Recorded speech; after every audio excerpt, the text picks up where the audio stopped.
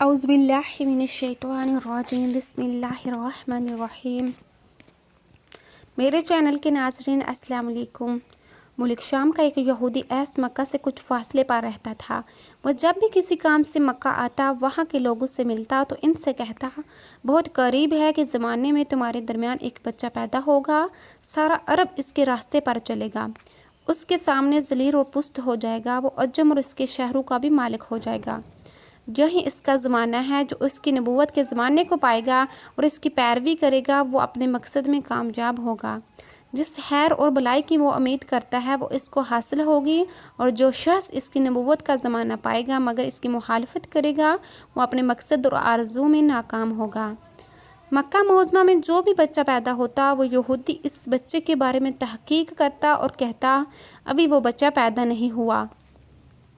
آخر جب نبی کریم صلی اللہ علیہ وسلم اس دنیا میں تشریف لائے تو عبدالمطلب اپنے گھر سے نکل کر اس یہودی کے پاس پہنچے۔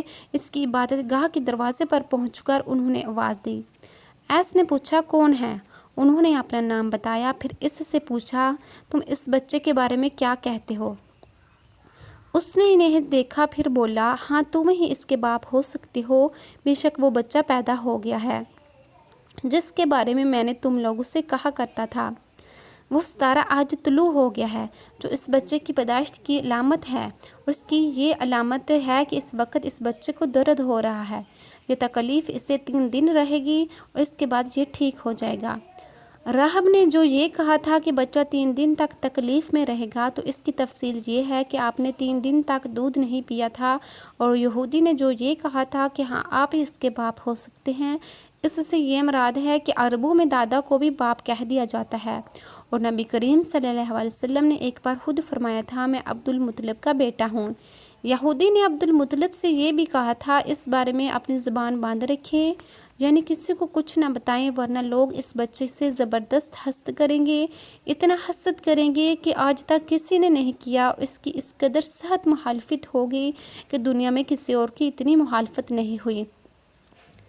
پوتے کے متعلق یہ باتیں سن کر عبدالمطلب نے ایس سے پوچھا، اس بچے کی عمر کتنی ہوگی؟ یہودی نے اس سوال کے جواب میں کہا، اگر اس بچے کی عمر تبھی ہوئی تو بھی 70 سال تک نہیں ہوگی، بلکہ اس سے پہلے 61 یا 63 سال کی عمر میں وفات ہو جائے گی، اور اس کی امت کی اوسط عمر بھی اتنی ہوگی۔ اس کی پیدائش کے وقت دنیا کے بت ٹوٹ کر گر جائیں گے۔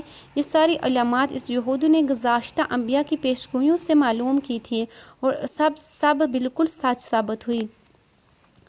قریش کے کچھ لوگ عمرو بن نفیل اور عبداللہ بن حجش وغیرہ ایک بت کے پاس جایا کرتے تھے۔ یہ اس رات بھی اس کے پاس گئے جس رات آپ صلی اللہ علیہ وسلم کی پیدائش ہوئی۔ انہوں نے دیکھا وہ بت اوندے منہ گرا پڑا ہے۔ ان لوگوں کو یہ بات بری لگی، انہوں نے اس کو اٹھایا، سیدھا کر دیا، مگر وہ پھر گر گیا۔ انہوں نے پھر اس کو سیدھا کیا اور وہ پھر الٹا ہو گیا۔ ان لوگوں کو بہت حیرت ہوئی، یہ بات بہت عجیب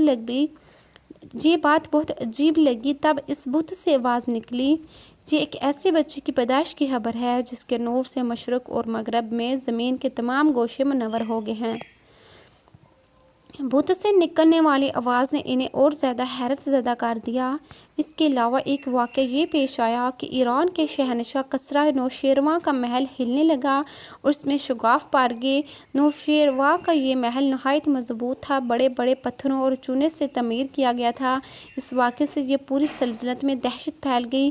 شگاف پڑنے سے خوفناک آواز بھی نکلی تھی، محل کے 14 کنگرے ٹوٹ کر نیچے آ گرے تھے۔ آپ کی پیدائش پر ایک واقعہ یہ پیش آیا کہ فارس کے تمام آتش کدو کی وہ آگ بجھ گئی جو اس کی وہ لوگ پوجا کرتے تھے اور اس کو بجھنے نہیں دیتے تھے، لیکن اس رات میں ایک ہی وقت میں تمام کے تمام آتش کدو کی آگ آنن فانن بجھ گئی۔ آگ کے پوجنے والوں میں رونا پیٹنا مچ گیا۔ کسریٰ کو یہ تمام اطلاعات ملی تو اس نے ایک کاہن کو بلایا۔ اس نے اپنے محل میں شگاف پڑنے اور آتش کدو کی آگ بجھنے کے واقعات اسے سنا کر پوچھا، آخر ایسا کیوں ہو رہا ہے؟ وہ کاہن خود تو جواب نہ دے سکا، تاہم اس نے کہا، ان سوالات کے جوابات میرا ماموں دے سکتا ہے، اس کا نام ستی ہے۔ نوشیروان نے کہا، ٹھیک ہے، تم جا کر ان سوالات کے جوابات لاؤ۔ وہ گیا، ستی سے ملا، اسے یہ واقعات سنائے۔ اس نے سن کر کہا، ایک عیسیٰ والے نبی ظاہر ہوں گے جو عرب اور شام پر چھا جائیں گے، اور جو کچھ ہونے والا ہے ہو کر رہے گا۔ اس نے یہ جواب کسرا کو بتایا۔ اس وقت تک کسرا نے دوسرے کہانوں سے بھی معلومات حاصل کر لی تھی، چنانچہ یہ سن کر اس نے کہا تب پھر ابھی وہ وقت آنے میں دیر ہے، یعنی ان کا غلبہ میرے بعد ہوگا۔ پیدائش کے 7ویں دن عبدالمطلب نے آپ کا عقیقہ کیا اور نام محمد رکھا صلی اللہ علیہ وسلم۔ عربوں میں اس سے پہلے یہ نام کسی کا نہیں رکھا گیا تھا۔